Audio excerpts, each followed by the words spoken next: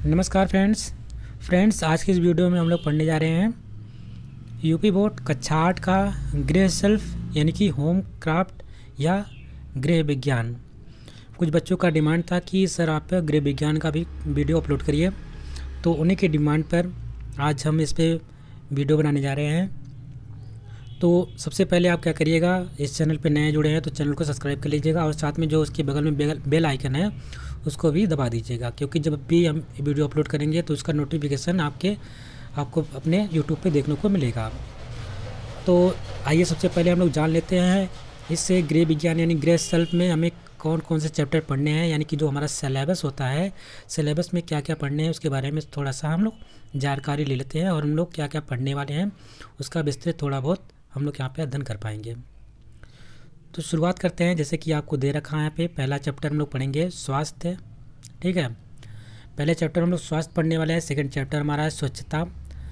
Third chapter है आपका खाद्य पदार्थों का संरक्षण। चौथा चैप्टर है सामान्य बीमारियां एवं बचाव। पांचवा चैप्टर है खाद्य पदार्थों में मिलावट। और छठा चैप्टर आपको देखने को मिलेगा, इसमें पढ़ेंगे हम लोग छठे चैप्टर में प्राथमिक उपचार। सातवां चैप्टर है सिलाई कला। आठवां चैप्टर है कढ़ाई कला। नौवां चैप्टर है बुनाई कला। और 10वां चैप्टर है पाक कला। पाक कला क्या होती है इसके बारे में हम लोग यहाँ पे अध्ययन करेंगे।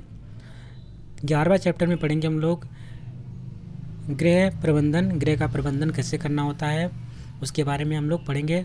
और उसके बाद लास्ट चैप्टर आपका हो जाएगा धुलाई कला। धुलाई आपको कैसे करनी है उसके बारे में यहाँ पे पढ़ाया जाएगा। तो आप सभी लोग चैनल पे नए हैं तो चैनल को जरूर सब्सक्राइब कर लीजिएगा और बेल आइकन को भी प्रेस कर दीजिएगा। आइए शुरुआत करते हैं हम लोग पहले चैप्टर की। पहला चैप्टर हम लोग का क्या है, स्वास्थ्य। स्वास्थ्य में हम लोग पढ़ेंगे सबसे पहले यहाँ पे जो कुछ प्रश्न अभ्यास कराए जाएंगे जो आपको अपनी कॉपी में नोट करते चलना है। बहुत ही इंपॉर्टेंट चैप्टर है, तो आप लोग ध्यानपूर्वक इसको अपने कॉपी में ज़रूर नोट करिएगा। जैसा कि यहाँ पे दे रखा है कि समस्त पाठों के अभ्यासों के संपूर्ण प्रश्न उत्तर गृह सेल्फ का यानी गृह विज्ञान का, या आप कह सकते हैं होम क्राफ्ट। तो आइए शुरुआत करते हैं पहले चैप्टर की, जिसका पहला प्रश्न यहाँ पे दे रखा है जो कि वस्तुनिष्ठ प्रश्न है। इसमें है कि रिक्त स्थानों की पूर्ति करना है। ठीक है, तो यहाँ पे रिक्त स्थान जो है वो ऑलरेडी भरा हुआ है, तो उसको हम बता देंगे कहाँ पे आपको भरना है। जैसे कि दे रखा है डिप्थीरिया, काली खांसी, पर्ट्यूसिस और टिटनेस से बचाव के लिए हमें किसका टीका लगवाना चाहिए, तो उसका नाम है बच्चों DPT का टीका लगाया जाता है, जो आपको पास के आंगनबाड़ी केंद्र जो होते हैं, क्या नाम है कि आपका जो स्वास्थ्य विभाग होता है, प्राथमिक स्वास्थ्य विभाग होता है, वहाँ पे लगता है। तो आप जा करके वहाँ से जो आपके NM होती है, NM से आपको लगवाया जाता है। ये बचपन में बच्चों को लगवा दिया जाता है।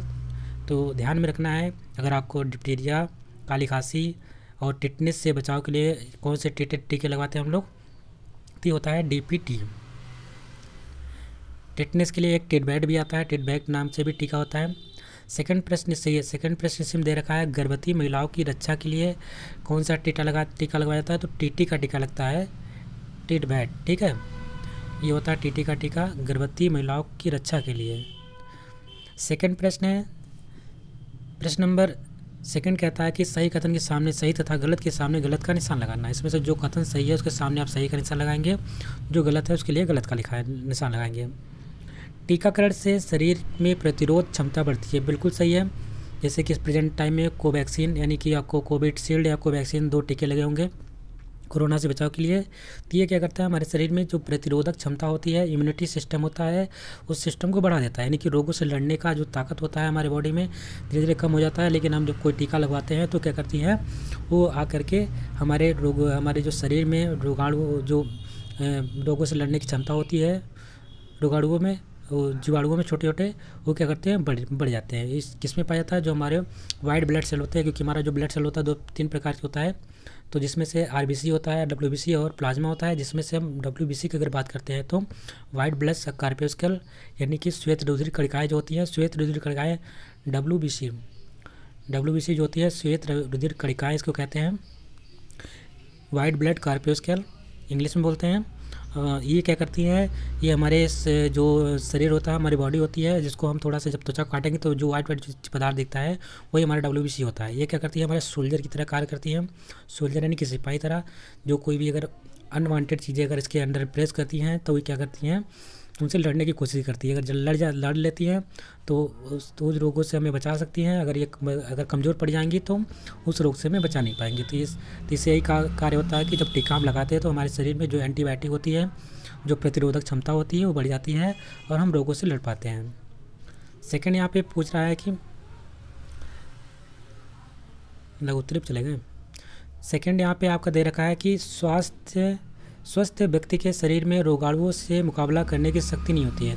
तो ये बात बिल्कुल गलत है, क्योंकि हमने बताया था स्वस्थ अगर व्यक्ति है तो उसके अंदर इतनी प्रतिरोधक क्षमता रहती है कि वो रोगों से लड़ सकता है। थर्ड इसमें है क्वाशियोरकर रोग का मुख्य कारण क्या है, प्रोटीन की कमी। तो ये बिल्कुल सही है। जो क्वाशियोरकर रोग होता है, ठीक है, या मेरास्मस रोग होता है, ऐसा सब दो शब्द अगर आप सुनते हैं तो इसका कि ये रोग किसकी कमी के कारण होता है, तो सिर्फ ध्यान रखना है प्रोटीन की कमी के कारण ये दो रोग हो सकते हैं, क्वाशियोरकर या मेरास्मस।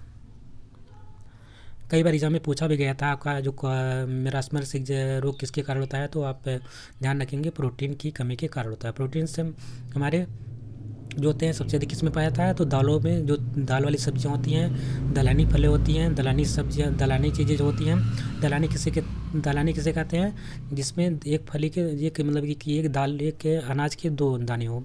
जैसे कि हम मटर रहता है, मटर को बीज से तोड़ेंगे तो क्या होगा, दो फल में चेंज होगी। चना रहता है, चना को तोड़ेंगे तो दो भागों में बटेगा, same to same. As it is आपका जो सोयाबीन होता है, सोयाबीन के जो दाना होता है ये भी आपका दो भागों में बढ़ता है। और सबसे अधिक मात्रा में प्रोटीन किस में पाया जाता है, तो प्रोटीन की मात्रा सबसे अधिक पाई जाती है आपकी सोयाबीन में 100%। उसके बाद आपका आता है मशरूम। सेकंड प्रश्न है अति लघुत्तरीय प्रश्न है, इसमें हम लोग लिखेंगे। पहला प्रश्न है खसरे का टीका किस आयु में लगाया जाता है, तो यहाँ पे लिख लीजिएगा खसरे का टीका किस आयु में लगाया जाता है। इंपॉर्टेंट क्वेश्चन है। खसरे का टीका 9 से 12 माह की आयु में लगाया जाता है। और ये जो खसरे का टीका होता है वायरस जनित रोग होता है, ठीक है, वायरस यानी कि विषाणु जनित। एक आपका जीवाणु होता है, एक विषाणु होता है। तो जो विषाणु जनित रोग होता है कौन सा है, खसरा है। और हैजा आपका अगर हैजा पूछा जाता है तो आपका जीवाणु जनित यानी कि बैक्टीरिया के कारण होता है हैजा। तो अक्सर ये भी एग्जाम में पूछा जाता है कि खसरा किसके वजह से होता है, तो आपको ध्यान रखना है विषाणु। जो वायरस से फैलने वाले रोग होते हैं उनको हम विषाणु, हिंदी में विषाणु कहते हैं और इंग्लिश में वायरस कहते हैं। जैसे कि आपका प्रेजेंट टाइम में आप देख रहे होंगे कोरोना वायरस है, क्या है ना, विषाणु की वजह से फैल रहा है। जबकि आपकी हैजा होता है और क्या नाम है कि आपका रेबीज़ हो गया, ये सब जीवाणु जनित रोग होते हैं। टीबी हो गया, जीवाणु जनित रोग है। हड्डियाँ व दांतों के निर्माण में कौन से खनिज लवण सहायक होते हैं। इंपॉर्टेंट क्वेश्चन है ये भी। हड्डियाँ व दांतों के निर्माण के लिए कौन सा लवण सहायक होता है, तो उत्तर में लिखेंगे हड्डियाँ व दांतों के निर्माण के लिए कैल्शियम। पहला जो खनिज है वो कैल्शियम है, दूसरा है फास्फोरस। तो आपको ध्यान रखना है PCA। पी क्या है आपका फास्फोरस है, CA क्या है आपका कैल्शियम है। ये दो जो लवण हैं, ये दो तत्व हैं जो हमारे हड्डियों व दांतों की मजबूती के लिए सहायक होते हैं। अगर हम बात करते हैं सबसे बड़ी हड्डी हमारी कहाँ पाई जाती है, तो हमारे जो जांग होता है, जांग में हमारे सबसे बड़ी हड्डी पाई जाती है। और सबसे मजबूत हड्डी हो जाती है हमारे जो जबड़े की हड्डी होती है, जो जबड़े का मैंडिबल उसका नाम है। जो हमारा जबड़ा होता है, जो जबड़े की हड्डी होती है सबसे मजबूत हड्डी होती है। और इसको हम जो हड्डी उसका नाम है मैंडिबल, उसका नाम है मैंडिबल, उसका नाम है जो जबड़े की हड्डी पाई जाती है, मैंडिबल।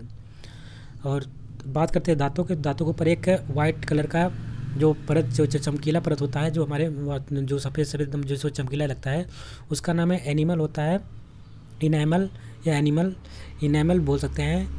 एनिमल जो होता है ये सबसे मजबूत भाग होता है। सबसे मजबूत पदार्थ हमारे शरीर का अगर वो पूछा जाता है, सबसे कठोर पदार्थ अगर पूछा जाता है, कठोर पदार्थ की अगर बात करता है तो एनिमल बताएंगे। एनिमल कहाँ पाया जाता है, जो दांत को ऊपर वाला चमकीला भाग होता है, आपके जो दांत होते हैं जो चमकता है, जो ब्रश करने में चमकता है, तो वही चीज़ आपका क्या होता है, एनिमल होता है। तो एनिमल हमारे शरीर का सबसे कठोर भाग होता है। और जब से मजबूत हड्डी की बात करेंगे तो सबसे मजबूत हड्डी हमारी जबड़े की पाई जाती है जिसका नाम मैंडिबल होता है। और अगर सबसे बड़ी हड्डी की बात करते हैं तो हमारी जांघ में पाई जाती है जिसका नाम होता है क्या नाम है कि फीमर हड्डी होती है, फीमर, जो जांघ में पाई जाती है। और सबसे छोटी हड्डी हमारी स्टेपिज होती है, ये हमारी कहाँ पाई जाती है, स्टेपिज, ये हमारी कानों में पाई जाती है। तो इतनी चीज़ें आपको ध्यान रखनी है, इंपॉर्टेंट चीज़ें थी इसलिए बता दिया गया।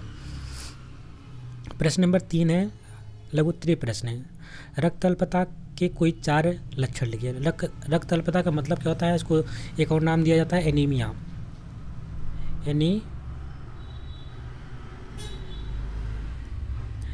एनीमिया कह सकते हैं इसको, रक्त अल्पता कह सकते हैं, रक्तक्षीणता कह सकते हैं। रक्त की कमी यानी कि खून की कमी हो जाना, क्या लक्षण हो सकते हैं, कौन कौन से लक्षण, उसके बारे में आपको लिखना है। पहला यहाँ पे है, अगर आपके शरीर में रक्त की कमी है तो पैरों में सूजन आ जाती है। दूसरा, आँखों की निचली पलक के अंदर के हिस्से का सफ़ेद या पीला पड़ना। जो आँखों की निचली पलक होती है ना, निचली पलक जो होती है, तो उसको आप खोल के देखेंगे तो उसका जो नीचे वाला हिस्सा होता है या तो सफ़ेद पड़ जाएगा या तो पीला पड़ जाएगा, यानी कहीं ना कहीं आपके शरीर बॉडी में खून की कमी हो रही है।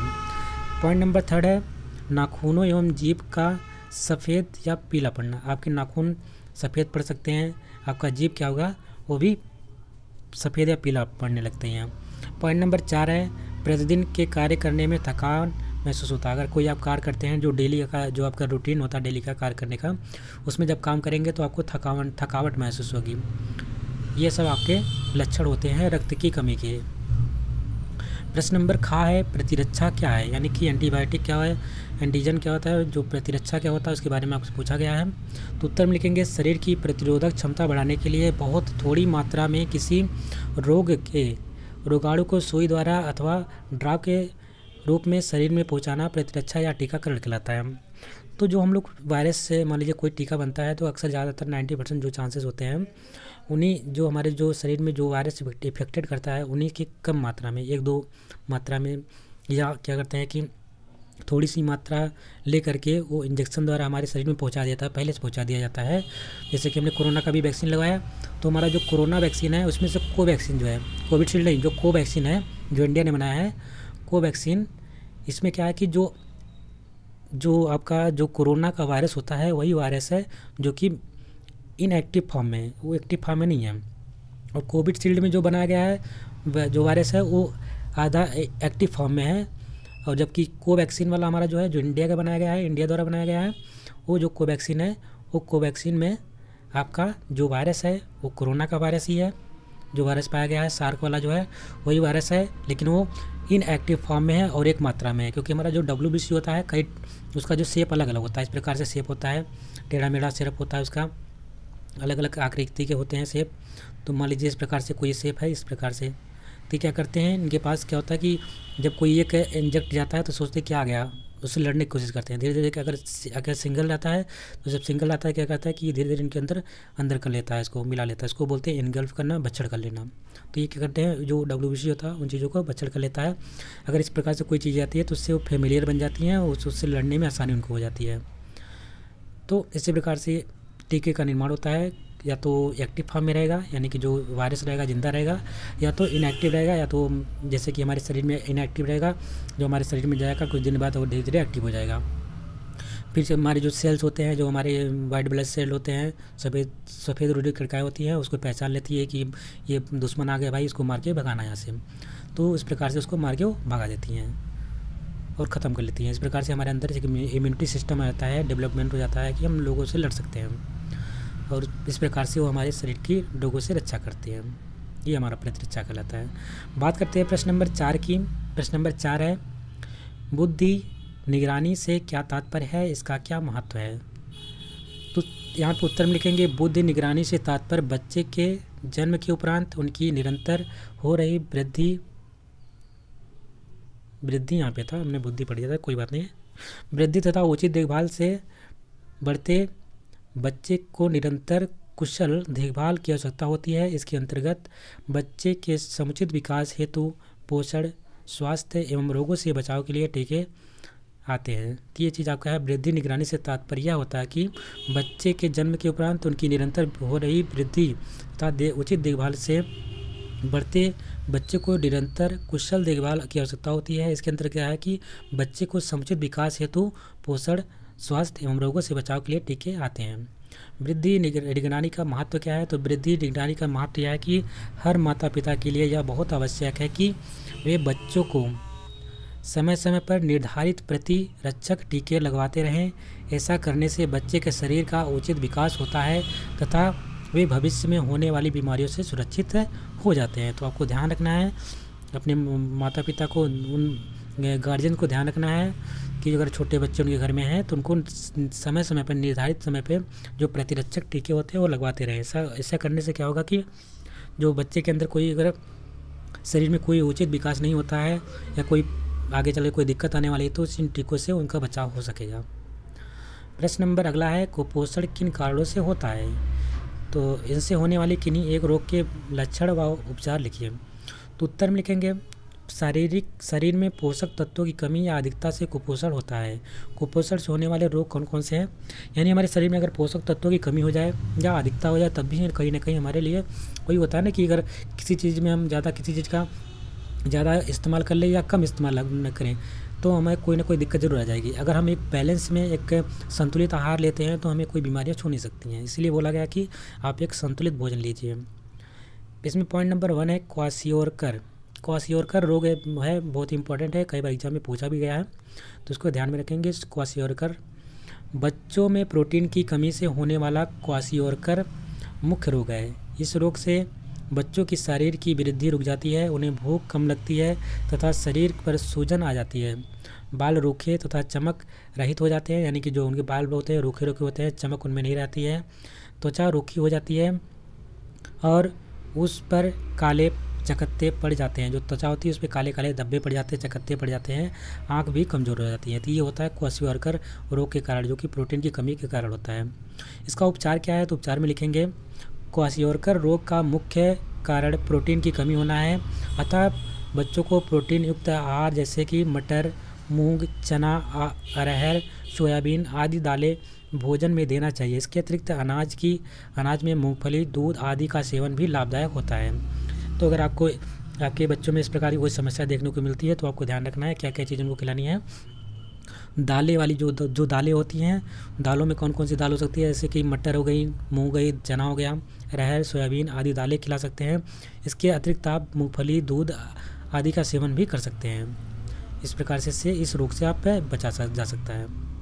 इसी के साथ ये चैप्टर कंप्लीट होता है। आशा करते हैं आपको वीडियो अच्छी लगी होगी। अगर आपको वीडियो पसंद आए इसको लाइक करिएगा, शेयर करिएगा और चैनल पे नया है तो चैनल को सब्सक्राइब कर लीजिएगा, क्योंकि अगला वीडियो जैसे हम डालेंगे और उसके साथ में जो बेल आइकन है बेल आइकन को भी प्रेस कर दीजिएगा, क्योंकि जब हम अगला वीडियो डालेंगे तो आपका उसका नोटिफिकेशन आपके चैनल पर, आपके यूट्यूब पर मिल जाएगा और आसानी से आपको उस वीडियो को देख पाएंगे।